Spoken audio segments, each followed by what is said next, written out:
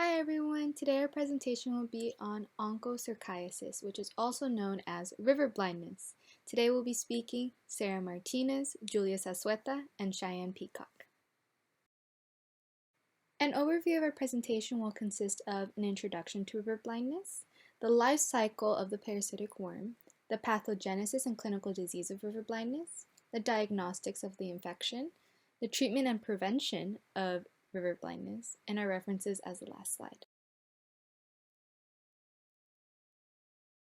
So, what is river blindness?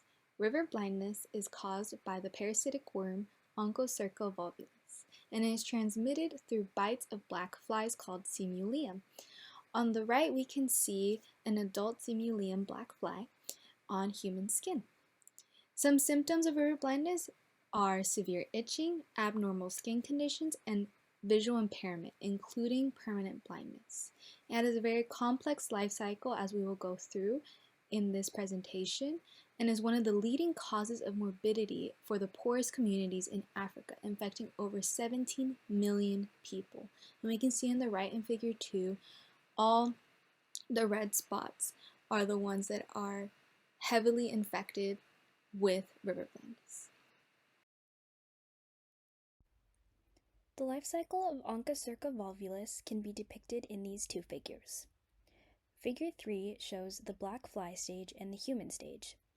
The human stage begins with the black fly containing the L3 larva taking a blood meal on a human host, seen at step 1 of figure 3. This is the infective stage. The L3 larva will enter the human host and molt into L4 larva, which migrates to the subcutaneous tissue and will grow to adult female and male stages in 6 to 12 months.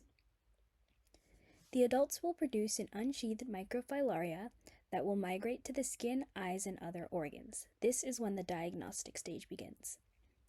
The black fly stage starts when the black fly takes a blood meal from a human host containing the microfilaria. Once the black fly ingests the microfilaria, it will develop into L1 larva, then into L3 larva, which then migrates to the head of the black fly, where it will be transmitted into a new human host when it goes for another blood meal. Then the cycle will begin anew. Figure 4 is showing the life cycle process in a closer view. The red numbers in the figure depict different stages of the life cycle. Step 1 is where the infective larva is transmitted. Step 2, the adult female is developed into L4 larva. In step 3, the microfilaria is produced by the adult female. In step 4, you can see the microfilaria migrate to the skin, and in step 5, it is where it is ingested by the black fly. Onchocerciasis affects two main organs of our body, the skin and our eyes. When concerning the skin, what starts out as an acute papular rash quickly develops into a more chronic papular dermatitis, which is characterized by hyperpigmentation and dark skin nodules. Onset, those infected with Onchocerca volvulus will experience intense itching that results in oedema, lymphoadenopathy, and harsh inflammation due to the trauma done to the skin.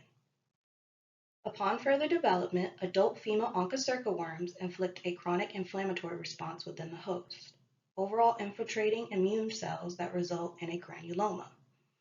This granuloma later matures into an onchocercoma, which is a subcutaneous nodule. Upper body infection of onchocerciasis leads to severe visual impairment and blindness, which is characterized by firm subcutaneous nodules around the head, and opacification, which is cloudiness of the eye. The microfilaria that are injected into the host from the black fly's blood meal invade the superficial tissue and slowly migrate towards the eye, inflicting this infectious and aggravating blindness. In figure 5, hyperpigmentation of the skin as well as onchodermatitis can be seen on the upper part of the picture. Below are the characteristic subcutaneous nodules underneath the skin barrier. In figure 6, nodules orienting the forehead can be seen, as well as opacification of the cornea in the image to the right. Diagnosing onchocerciasis is commonly done by way of three mechanisms. The most common being microfilaria detection through clinical microscopic skin snips, where oncodermatitis-inflicted skin is snipped and examined under the microscope. Although biopsies offer a high specification, visual detection of subcutaneous nodules, which are often located around the hips and orienting the head, also aid in diagnosing onchocerciasis. There is also the Mazzotti patch test, which involves a drug patch being placed on the inflicted skin, and if the patient is infected with the microfilaria of Onchocerca volvulus, an inflammatory response will result, in which red hives and welts will appear around the patch, indicating possible infection. Subsequent testing for detection of Onchocerca volvulus can be done through serological testing, more specifically, ELISA. The antigen OV16 has shown to be effective in eliciting antibody responses to Onchocerca volvulus. Current studies have settled upon the conclusion that assays with OV16 are the best antigen antibody test, with 94% sensitivity, and are currently the applied diagnostics tool to verify interruption of transmission of OV volvulus.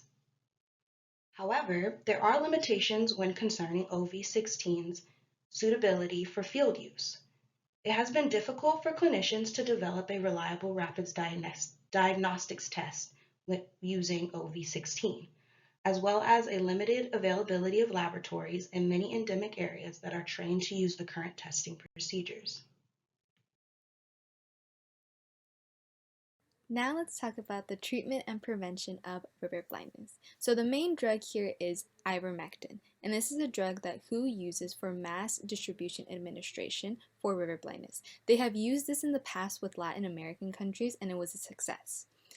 And this mass distribution administration technique is you would administer this drug to every single individual in the population, regardless if they have the disease or not. So if someone is in a highly populated area where river blindness is very prevalent, they will be given ivermectin whether or not they have the disease. Now, there is limitations to this. In African countries, there is a co-endemic with another parasitic eyeworm, which is called loa loa. And they have seen that if they are given ivermectin, there is very serious side effects such as coma and death if they're in very high levels of loa loa. So they implemented this new strategy where they will test and not treat in these specific populations shown on the left, especially in the red areas where there's a huge co-endemic with loa loa. And this is called test and not treat. So they will test their levels of loa loa, and if they are significantly high, they will not be given ivermectin. However, if they have very low concentrations of loa loa, or if they do not have loa loa, they are given ivermectin. Listed here are all of the references cited throughout our presentation. Thank you for listening. That concludes our presentation on onchocerciasis.